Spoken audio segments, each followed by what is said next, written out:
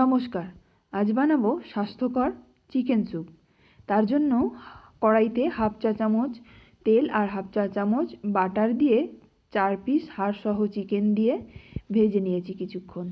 তারপর 1 চা চামচ রসুন কুচি আর 1 চা চামচ আদা কুচি দিয়েছি, আর দিয়েছি 1/4 কাপ পেঁয়াজ পাতার সাদা অংশটা। এগুলো দিয়েও কিছুক্ষণ নাড়াচাড়া করে এবার কুচনো গাজর আর বিনস দিয়েছি, এগুলো 2-3 মিনিট ভেজে নেব। তারপর 1 লিটার জল দিয়ে তাতে স্প্রিং অনিয়ন কুচি বা পেঁয়াজ পাতা কুচি, স্বাদ মতো নুন, গোলমরিচের গুঁড়ো দিয়ে ভালোভাবে মিশিয়ে নেব। তারপর ঢাকা দিয়ে 15-20 মিনিটের জন্য সেদ্ধ হতে দেব। 15-20 মিনিট পর ঢাকনা খুলে মাংসগুলো তুলে নেব। মাংসগুলো তুলে নেওয়ার পর এবার হাত দিয়ে এইভাবে ছাড়িয়ে হাড় থেকে আলাদা করে নেব। তারপর আবার স্যুপের মধ্যে দিয়ে দেব।